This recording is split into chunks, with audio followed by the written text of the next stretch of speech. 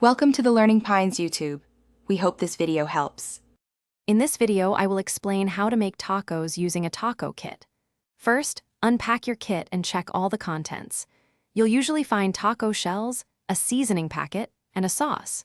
This convenient kit makes preparing a delicious meal straightforward and fast, perfect for busy evenings. Ensure you have about 1 pound of ground meat ready to go, as that's typically what the seasoning is designed for. Next, let's prepare your taco filling. Place 1 pound of ground beef or turkey into a large skillet over medium heat. Cook the meat thoroughly, breaking it apart with a spoon until it's fully browned. Once cooked, carefully drain any excess fat from the skillet.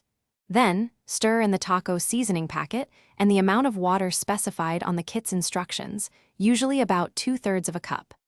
Bring it to a simmer and cook until the liquid reduces. Now it's time for the fun part, assembling your tacos.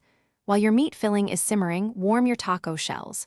You can heat them in the oven, microwave, or a skillet, following the instructions on your kit. Once warm, spoon the seasoned meat mixture into each taco shell.